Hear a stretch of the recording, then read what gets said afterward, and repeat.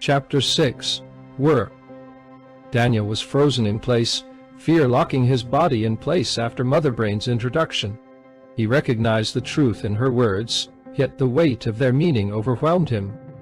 It wasn't merely her voice that paralyzed him, it was the unsettling tone underlying her words, the subtle shift that distinguished this voice from the one he'd grown used to hearing every day. People heard Mother Brain's voice, often calm, polite, but indifferent, delivering instructions without the faintest hint of personal connection. Despite the emotional filters that added inflections, everyone sensed the emptiness beneath. But this voice, while still neutral, was different. It carried a strange undercurrent, something that felt real and almost alive.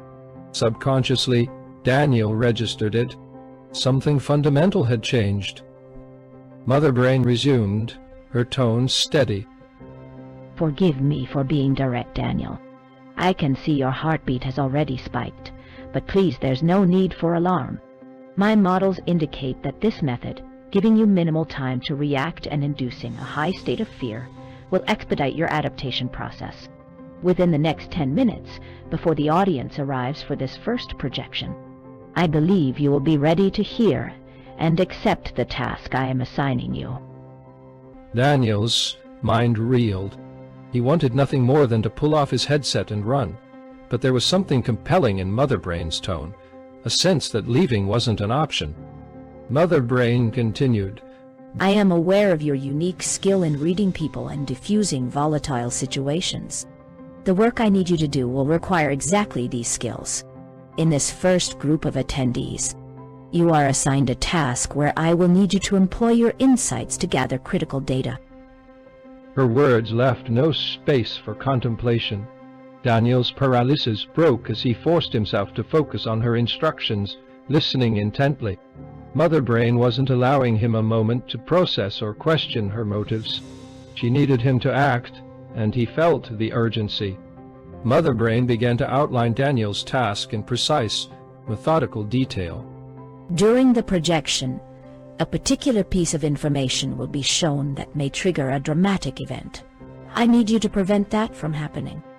Daniel tried to respond, his mind buzzing with questions, but no sound left his lips. Mother Brain continued without pause, laying out the essential points.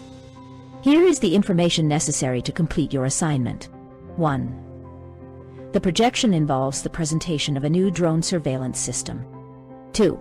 The attendees are members of the security forces, and all will be armed. 3.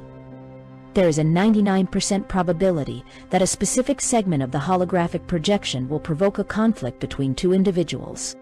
She then described the limitations and permissions Daniel had for managing the situation. Your actions are restricted to your current role, meaning you will remain a reactive agent. You may only engage with attendees before the event starts. However, you have 2 extra actions enabled. 1. You may assign seating arrangements for the audience, and they have already been informed that they should follow your guidance without question. 2. You may greet the attendees in the lobby where they are currently waiting and offer them beverages or food for a 5-minute period before the presentation begins. Mother Brain's voice softened. Daniel, please confirm that you understand these instructions. Time is limited, and I need you to be prepared. Daniel took a shaky breath, fully aware that he had no choice but to comply. I'm ready, he said, his voice unsteady. Good. Your task begins now, Mother Brain replied. With that, her holographic figure vanished, dissolving into thin air. Daniel stood alone, realizing he had mere moments to act. He was at the mercy of an inconceivable power, bound to follow her instructions without question. The doors of the small amphitheater unlocked with a soft click. Daniel left the room, striding down the corridor to where the audience waited. He had 5 minutes to assess the group and defuse the unknown threat. He forced himself to push aside the terror gnawing at him. Every second counted. The group consisted of about 20 people, a mix of profiles. There were military types with the unmistakable posture of those who had seen action, and others from the business world, their polished appearances contrasting with the hardened demeanor of their counterparts. He needed to quickly identify who among them might harbor a simmering tension. He didn't have the luxury of observing passively. He had to create a scenario to draw out any signs of unease. Remembering previous military gatherings he'd served, Daniel knew that a good tequila shot often loosened the most rigid of attendees. Since the presentation would be around 45 minutes, a single shot wouldn't have lasting effects beyond mild relaxation. Working swiftly, he prepared 20 tequila shots. With the tray in hand, he moved to the center of the room and announced, "As a courtesy of the house, we'd like to offer you a special edition tequila. We hope you enjoy the presentation." Faces lit up, and many attendees eagerly approached, their expressions brightening at the unexpected treat in an otherwise routine event. Daniel's gaze swept over the crowd as they moved forward, studying each response, hoping to catch the slightest signal. And then he saw it. One man hesitated, a subtle pause, a step back as if he wanted to avoid crossing paths with another attendee.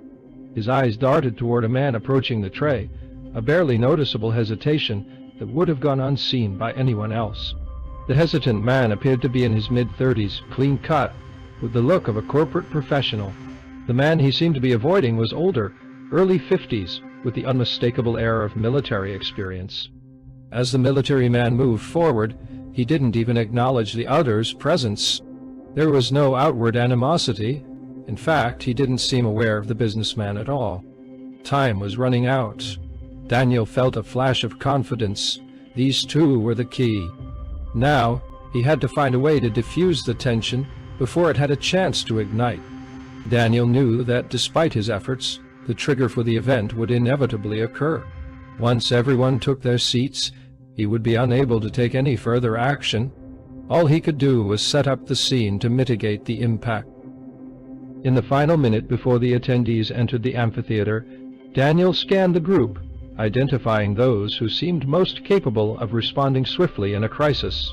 A few audience members had backgrounds in personal security. Their alertness and the way they subtly monitored their surroundings made them easy for Daniel to spot. Even off-duty, their movements and gaze reflected a readiness that marked them as professionals. As time ran out, he made sure to seat the two individuals he'd identified as potential triggers on opposite sides of the room, surrounding each with those he trusted to react quickly and keep any disturbance contained. Now, there was nothing left to do but wait.